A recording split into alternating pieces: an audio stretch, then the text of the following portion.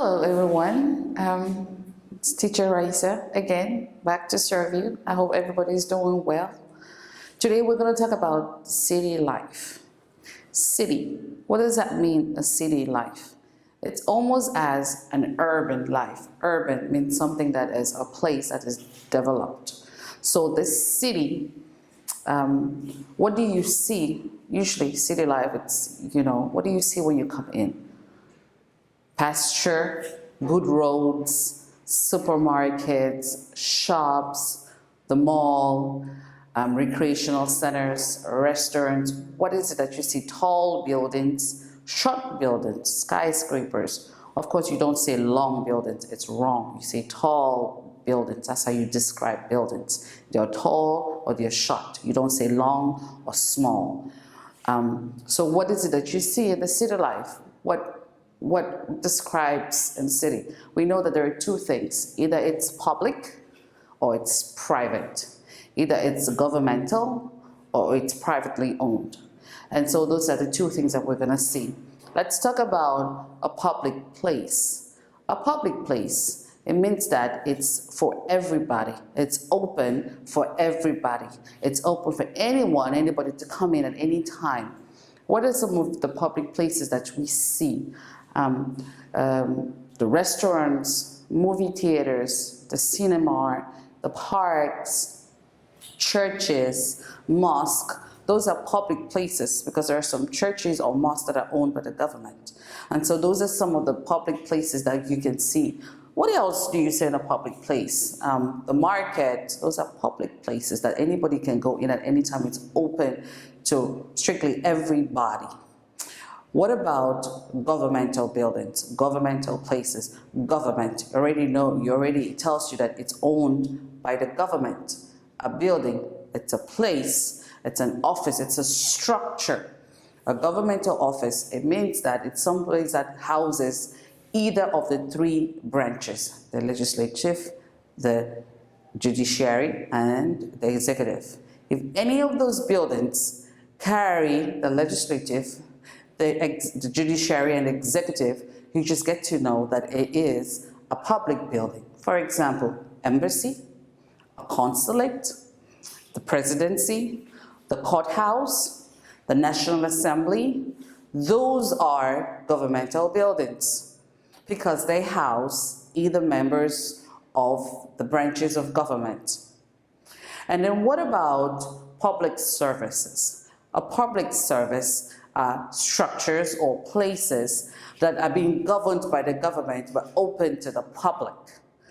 They have been governed or controlled by the government but open to the public. Those are public services. For example, the post office, the police station, sometimes the airport, the seaport, the train station, the post office. Those are public services because though they're open to the government, they have been controlled.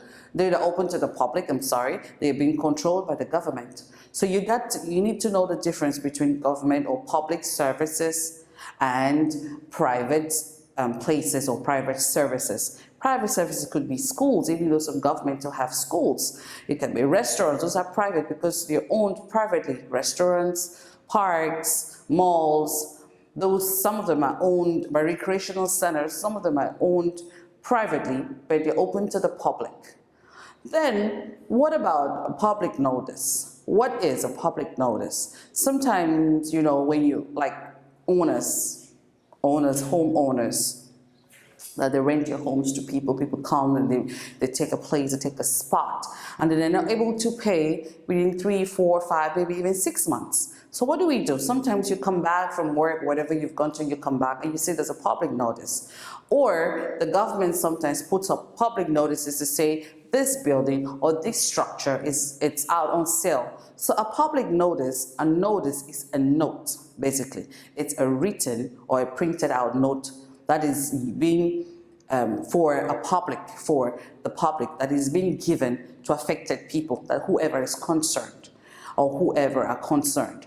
And so that is a public notice, and usually it is for legal action. And sometimes these public notices can either be a public or a private. So we need to know sometimes the difference between the public or private. Private is something that is personal. Public, that is something that is open. And sometimes public or governmental, they work in line. Governmental is strictly state-owned, whereas private is strictly personal. It's an individual kind of thing. So you need to know the differences. You need to know what are the different buildings or what are the different structures that are public or that are government in your city.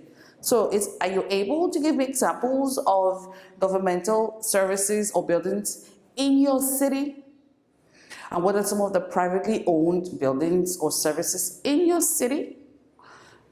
I would love to hear it. Personally, I'm from Dakar, and some of the privately owned places, the Sea Plaza, the cinema, the restaurants, and some of the public places that I see here, they have the post office, you have the seaport, you have the airport, you have some parks are governmentally owned parks, you have some hotels that are governmentally owned. And then what about in the private? You have hotels, you have schools. So it's important for you to know these differences: the public, the private, the governmental. Thank you. Grammar. We're going to look at parts or some of the figures of speech. Figures of speech. Some of them. We have synonyms and antonyms. Synonyms and antonyms. Synonyms, just from the sound, you already know that there are things that are like the same, like. Those are synonyms, things that are like. For example, good, that's nice. Whereas antonyms are opposite. The opposite of good is bad. It's as simple as it is. Antonyms are opposites, synonyms are the like, same. And synonyms are similar or same. Antonyms are opposites or difference For example, let's look at an example of ill. Of course, ill.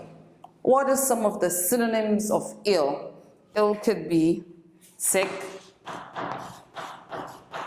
pain, afflicted,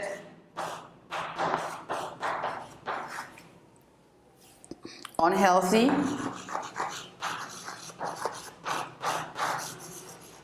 that's ill. What about the opposite of ill? What would you say the opposite of ill is? Healthy,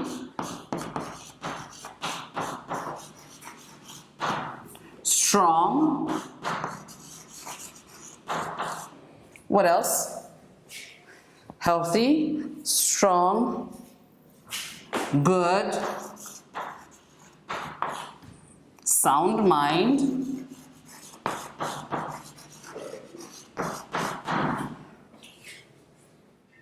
another example of a synonym. What can we say about an example of a synonym? Sad. Let's use the word sad.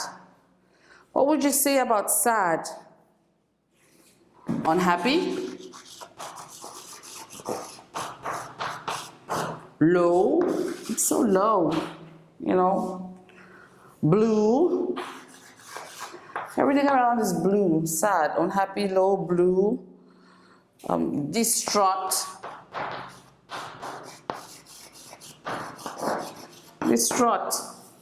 that's sad. What about the opposite of sad? What would you say the opposite of sad is? Oh, I'm happy, smiley, good, cheerful,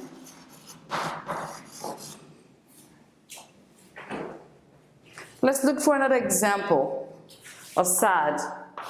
Of a synonym, I'm sorry. What other example would you give about synonym? What about accept? To be accepted. To be accepted. What would you say? To be accepted means agree. What else about to be accepted? We have agree. We have approve.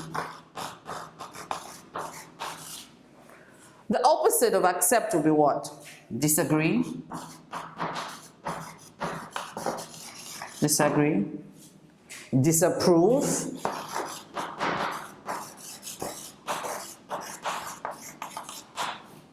Denial. So we get to know the differences between a synonym and an anonym. I told us that a synonym means something that is similar, something that is same, that you can use. So when you're constructing your essays or your paragraphs, please, there's certain words that if you want to repeat in a different paragraph, there are different other words that you get to use, rather than using the same word all the time. Synonym means the similar, anonyms means the opposite. Jana to get a son, manga jangale get the bush at the fire. The elef the toilet examining a sala, I'm the fit of Mugana. As you recall.